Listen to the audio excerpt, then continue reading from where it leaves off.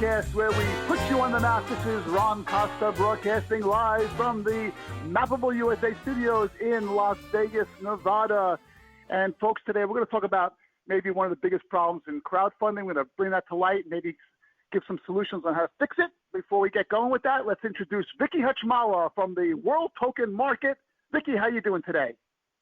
Oh, I'm fabulous today, Ron. It's so delightful now in Vegas that we're getting into the hundreds, and I think summer has arrived and all of the things that go with it.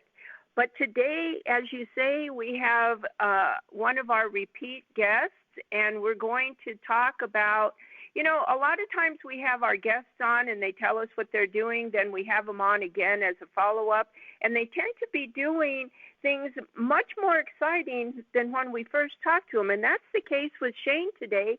We're going to talk about something to the next level of crowdfunding. All right, well, that sounds good. Yeah, let's get this thing started. Let's introduce Shane Liddell. Shane is the CEO of Smart Crowdfunding. Shane, how are you today? I'm very well, thank you, Ron. And Vicky, hi again. It's been quite a while since since I've been on your show, and thank you for the invite back.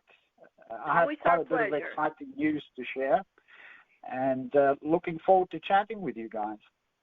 Yeah, I'm really psyched about this podcast this morning, and actually, it's a morning for us. You're overseas, I believe. This isn't morning for you, is it?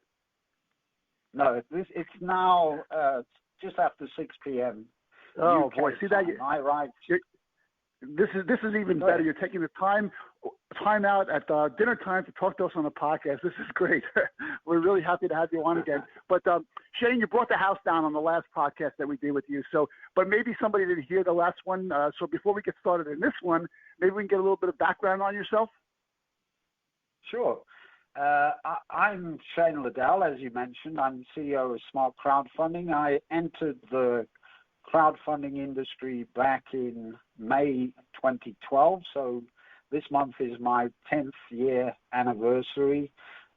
Initially operating in the reward-based crowdfunding side, a la Kickstarter, Indiegogo. I was assisting campaigners with the marketing of their projects and helping them raise money. And since then, 2018-ish, I sort of transitioned into equity crowdfunding and have been doing that ever since. Well, and crowdfunding has, we were just saying how crowdfunding's been around for 10 or so years, and the time has passed by so quickly, and the crowdfunding from when it first started and first initiated to now, 10 years later, has completely just evolved into a huge opportunity for startups, for people, for businesses, for investors, for everything. What do you think has changed most significantly in those 10 years, Shane? Well, if I just sort of give you a bit of background, look, as I mentioned, reward-based crowdfunding involved young people primarily looking to raise capital through the sale or pre-sale of product. In some cases, they didn't have product. They were in the development stage, some in the concept stage.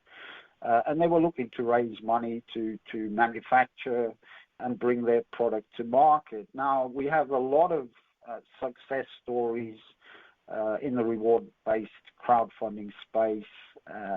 Many have raised, 8, 10, 12 million, some in fact more. And there was a lot of buzz around in the early days. Now, reward-based crowdfunding is unregulated and even today is very much so still unregulated. Of course, that brought a lot of problems because you had people who were inexperienced with executing a plan. You had people that were inexperienced with handling huge sums of money, and it created a lot of negative publicity for the crowdfunding industry. You mentioned opportunity, Vicky. Of course, there's as we move forward, there's a lot of opportunity for people in this space. But following on from what I was just saying, the crowdfunding industry has evolved. Unfortunately, reward-based crowdfunding, there is now a stigma whereby because there's been some scam campaigns, because there's been lack of delivery of product, because there's been a lack of education whereby people in many cases thought they were just buying a product. So they went to the Indiegogo or the Kickstarter, dropped their money and waited for their order. Now, of course, that really was an education problem. We've evolved from there. Of course, there's far more education material available for people who take the time to look at what's the best way to crowdfund and so on and so forth. But, you know, I've discovered throughout my time in crowdfunding, working in the trenches, we were hands-on with in the beginning, the early stage, 20, 30 customers a month concurrently, and that went on for years. So I had an exposure to a lot of campaign dashboards, a lot of data, and a lot of the noise and the ability to see a lot of the problems that came with crowdfunding. So I've actually, fortunately, I believe, been able to look at crowdfunding at from a different angle to most, in that, I wasn't sitting in an office, and having a few Indians running around. And when I say Indians, I mean it in the context of cowboys and Indians. Just to be clear. And, I was down there. I rolled my sleeves up. And I'm so grateful for it, actually, because it's helped me get a better picture as to where are these problems and how do we fix them. Now, I'm sure you guys understand that, and your audience, that, lots of good businesses are built on finding problems and bringing a solution to those problems. Well, I'll say this. I've probably found a list of 20 problems, some of which I wasn't able to fix, and some that I found solutions for. But getting back to your question, the crowdfunding industry is full of opportunity. You have to know where the opportunities lie, of course, and I think that's really the most critical part of it, being able to identify where they are. We all know in business, startups come and startups go. Around 90% fail, irrespective of whether they raise capital. In many cases, it's lack of experience. I mentioned reward-based crowdfunding, whereby inexperience really has been the downfall of many campaigns. Unfortunately, those same campaigns have been labeled as scams. The general public are not very, what's the right word, forgiving.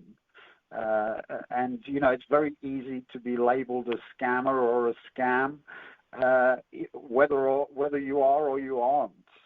Right. Exactly. Yep. And plus, Shane, when you're talking about the rewards-based crowdfunding too, you're giving some money and you're going to get a T-shirt or a beer cooler back or something like that. Something like, big deal. When you're talking about the equity end of it, and Reg A, Reg CF, you're looking at actual ownership of shares and actually something that can, make you money.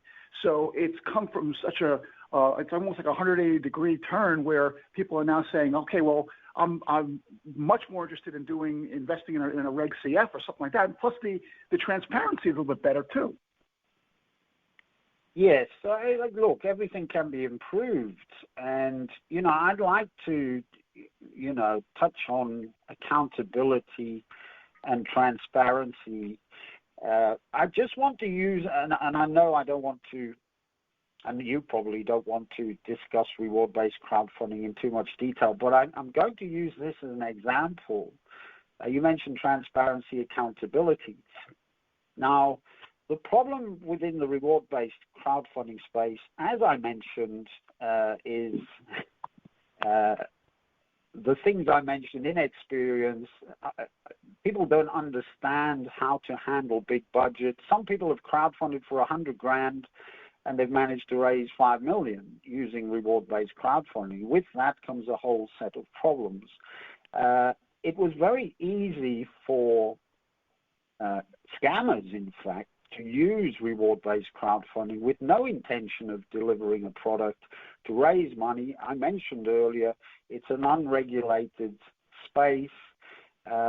So, you know, I don't say reward-based crowdfunding is going to disappear. However, this is my take after my experience throughout, is that I believe, and this applies to equity crowdfunding platforms too. I really believe their business model is upside down. Now, what do I mean by that? Let's look at Kickstarter, for example. You put up a campaign, they do some basic checks, they verify your identity, and off you go. You're raising your money.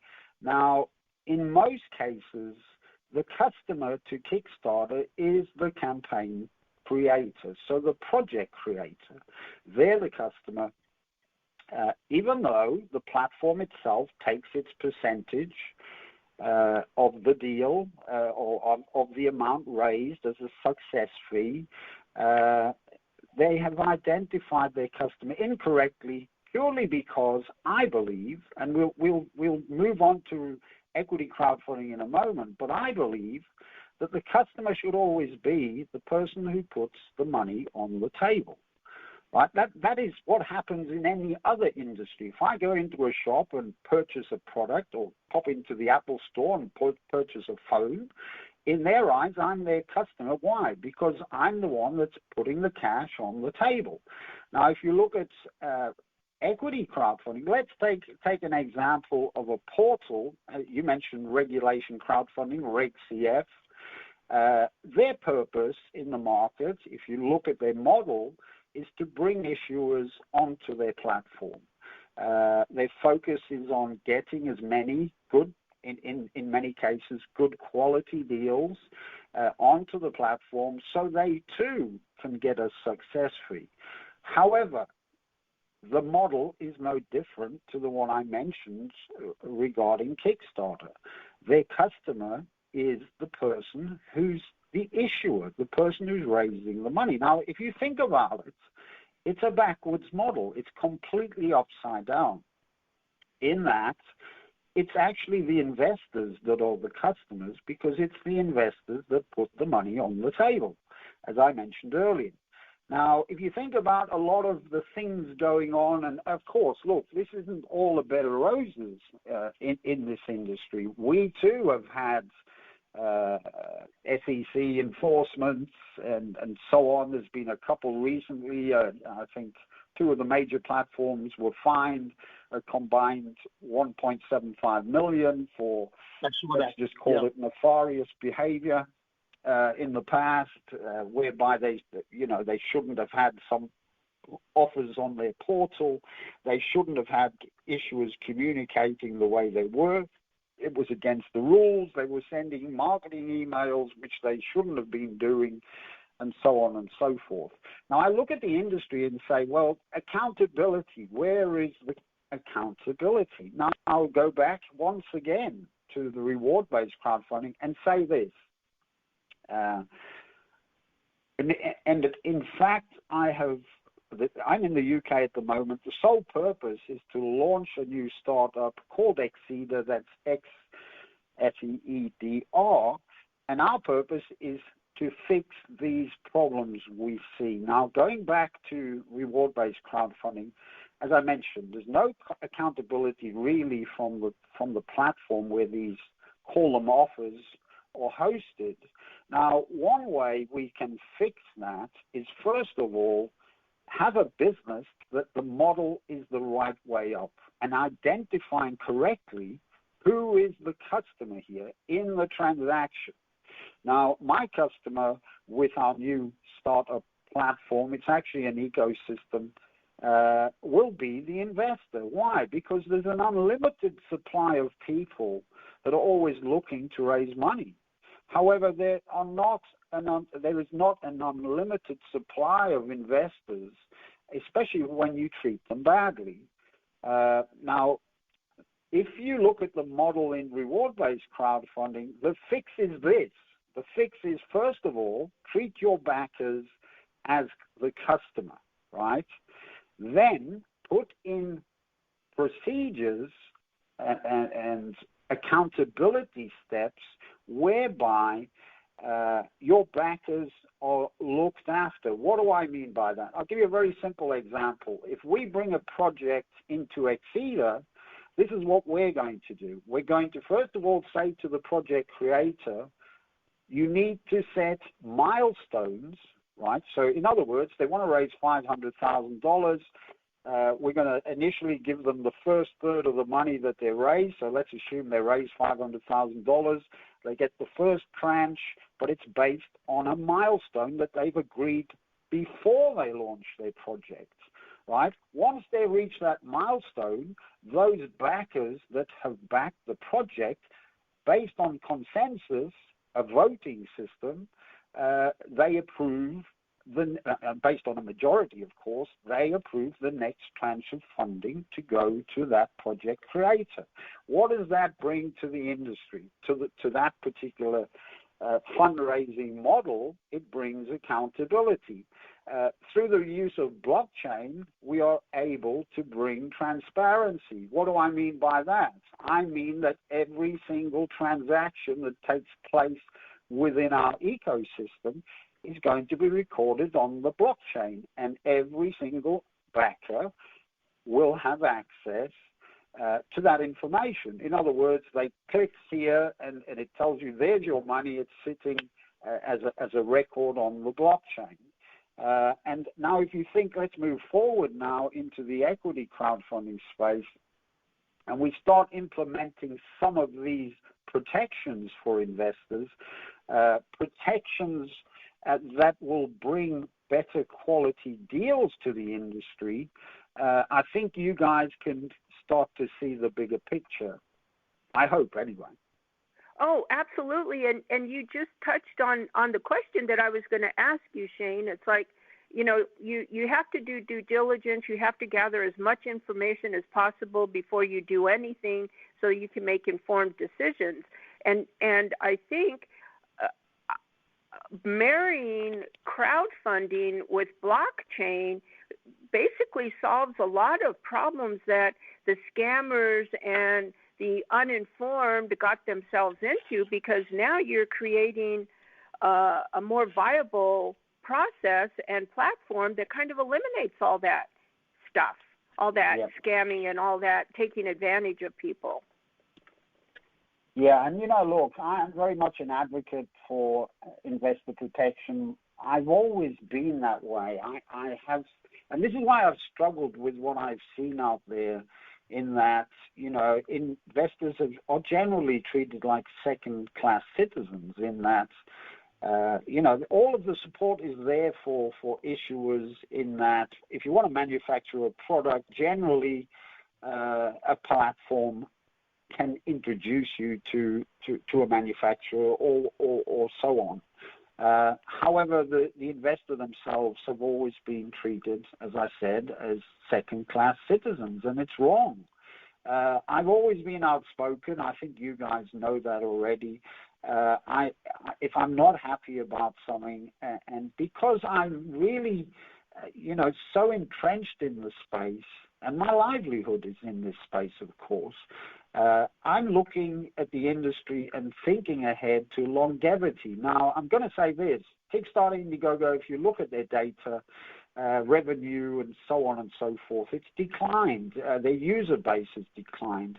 And, you know, they started off, you know, or the crowdfunding industry started off, I wouldn't say on a very good footing.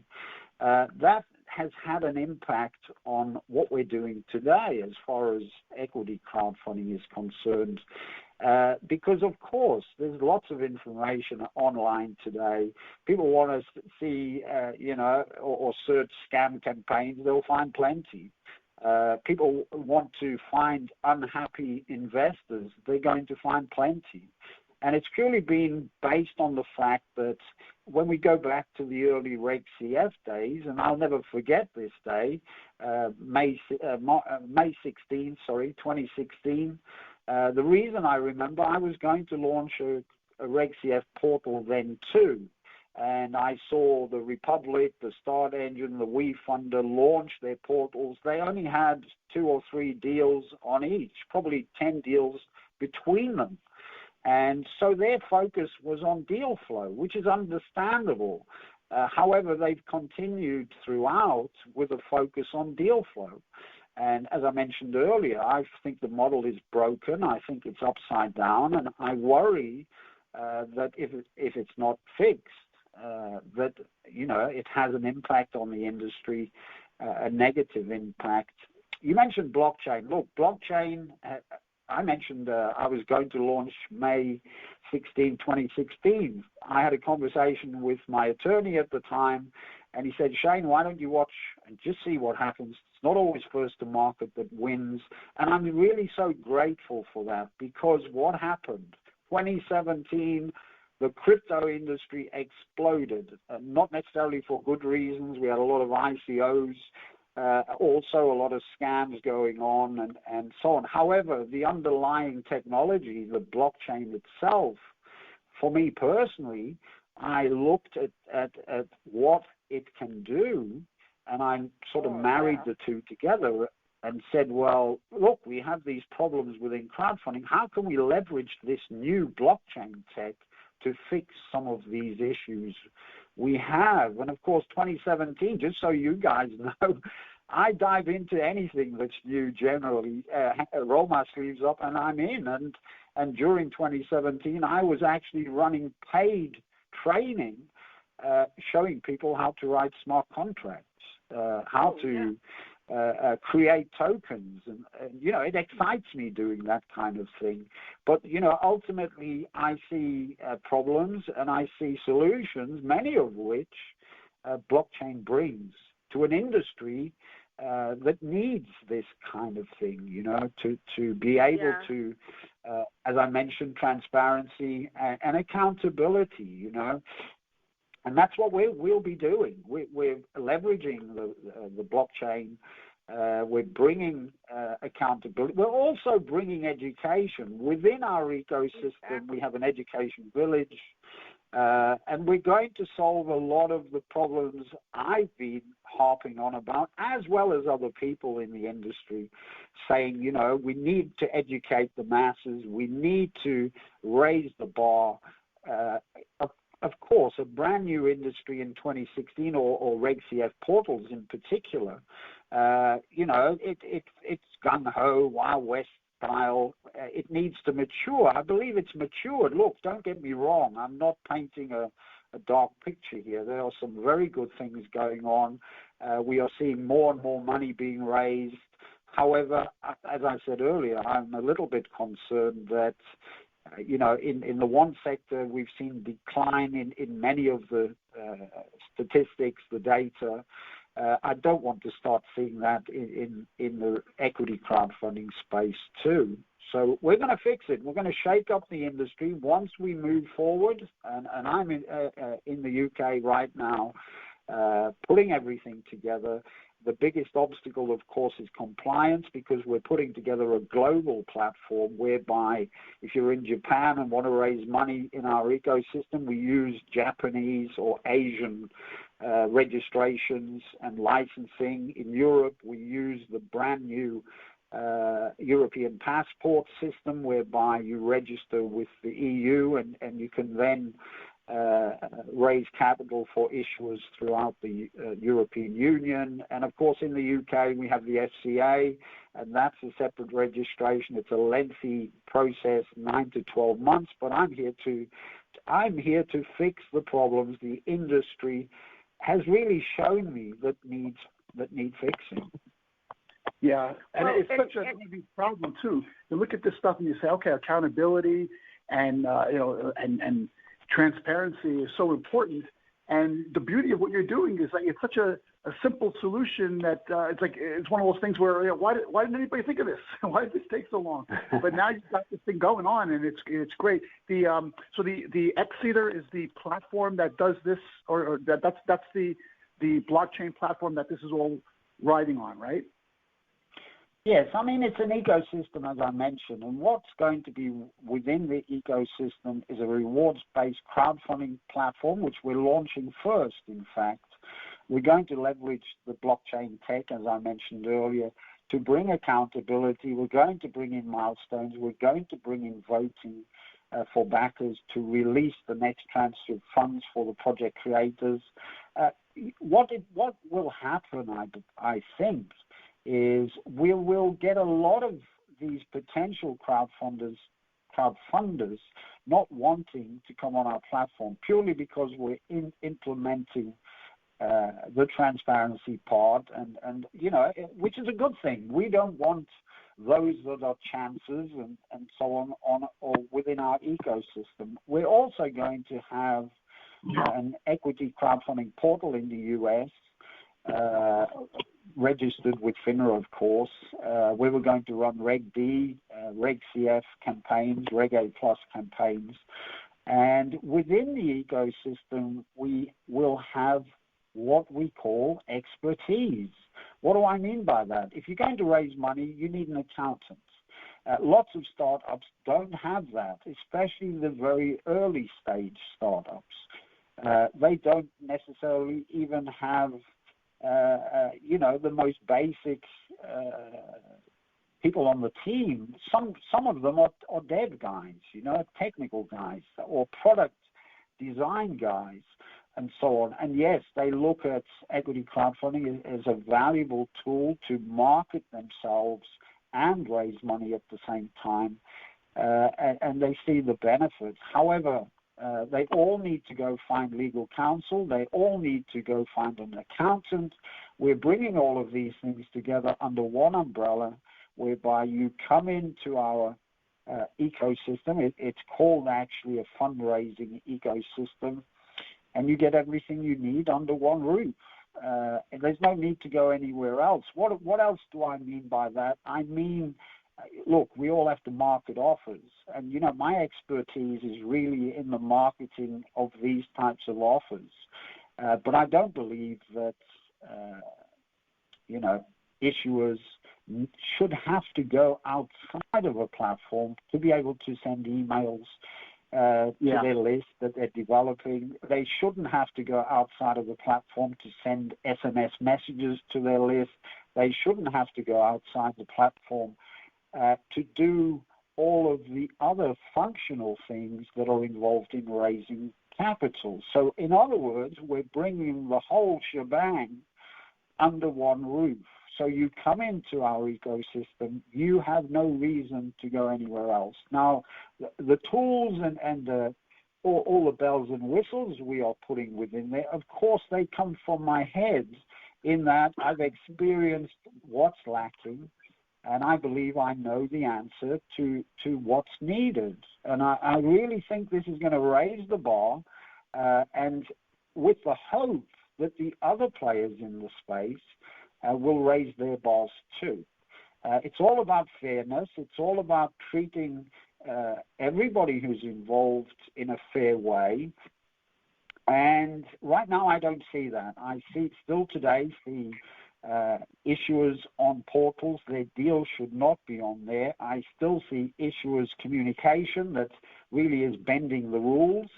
And, we're trying to straighten it up. I've taken a long time getting to this point. And I'm really excited, of course. If you knew what was in my head, everything in my head, you'd be really excited too. I bet. We kind of get the sense of it, Shane. or at least a Netflix series or something like that on what you're doing. But I like how you put it on the website. Instead of software as a service, you're kind of looking at this as fundraising as a service, and it kind of encompasses it all aspects of it. I have a couple of questions for you, Shane, before we close this out. One is regarding the blockchain. Are you using your own blockchain or using Ethereum, or what's this running on? No, we're going to use a third-party blockchain, but I'll also add this. Look, I'm trying to keep everything as proprietary tech. We are using core technology from service providers, and we're still in the early stages of the blockchain, what I call back-end tech, because I believe, if you farm out a lot of your tech, you're always at the risk of one of your players falling over, and of course that can have a dramatic impact on everything you're doing. So we're developing a lot of our own stuff, except we're going to run on a blockchain. I'm not going to mention which one at this stage, purely because we're evaluating. I'm not really a tech guy. Look, I leave it up to the guys with the brains to make the suggestions and advise me on what's best. We're hiring a CTO, a CMO, and at the moment I'm doing a pre-seed round here in the UK. We're raising capital from high net worth individuals, what they call here sophisticated investors, to get things going. We will be leveraging crowdfunding later on, Q4, to really ramp it up. But you have to start somewhere. We're starting with the reward-based side. I believe that's an easy fix. It's not too complex to fix some of the problems we've seen. And then we're going full-blown global crowdfunding. And what do I mean by that? As I said earlier, if you're in Japan or you're in UK or you're in Europe, you can raise funds within our ecosystem. And it's a very simple thing to do. In other words, we have a marketing website, which our website right now will be further developed. And then we have portals, platforms, registered throughout different jurisdictions in the world to be fully compliant. Just on the compliance side, there's huge expense involved. I've budgeted $2 million to get the compliance side set up, registrations, licensing, and so on and so forth. This is a big play. We're going to shake up.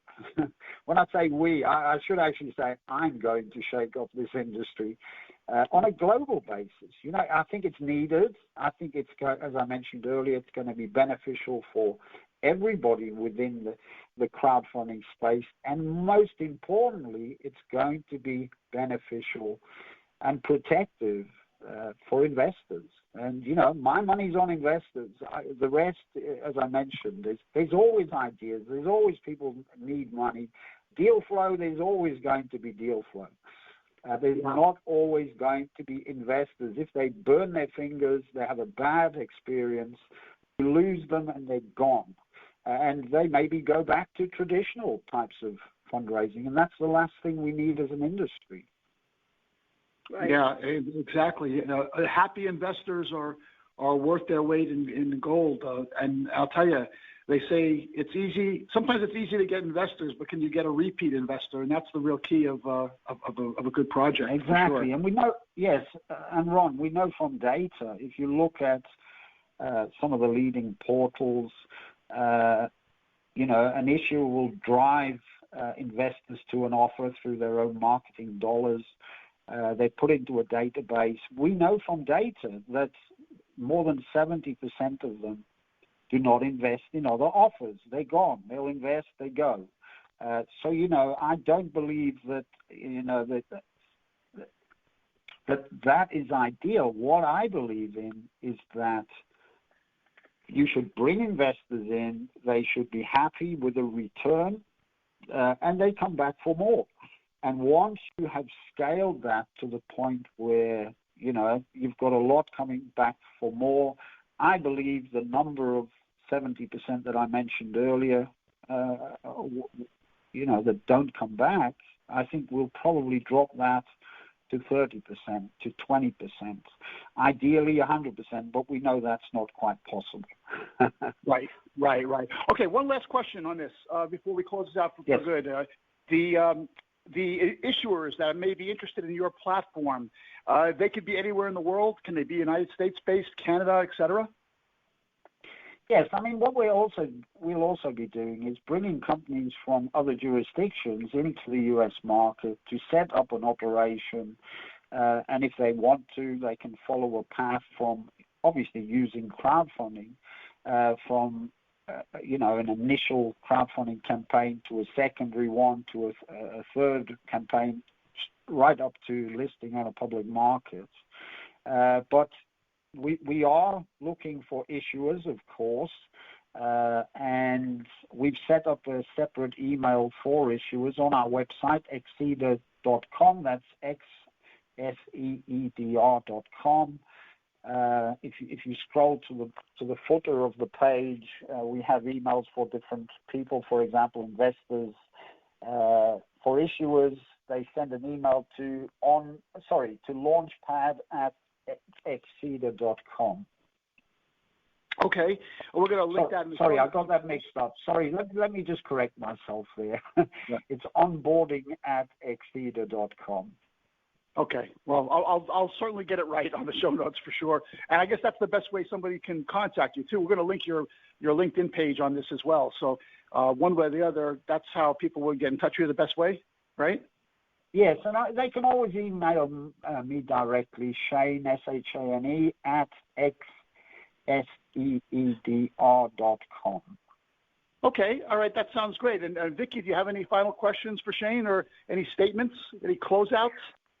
Well, I would say this, Ron, that if you want to do a successful launch, I think that education and the correct information is really vital to what you're doing, but you also have to have a strong sense of integrity and customer service to go along with that. And what Shane is doing is so fascinating because he's bringing blockchain and crowdfunding together to solve the problems of security and transparency and accountability, which then lends itself to taking crowdfunding and allowing it to evolve to its greatest potential.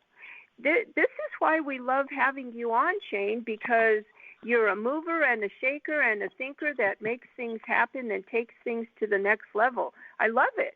Kudos to you, Shane. Thank you. I do my best. My life's in the space, as I mentioned. I don't plan on going anywhere. I'm trying to do or contribute best I can overall, and I think it's really for the benefit of everybody in the space. Absolutely, it's to everybody's a benefit to know more, to learn more, and to do things in the best way that's possible to do, and that's where you're taking it, and that's great.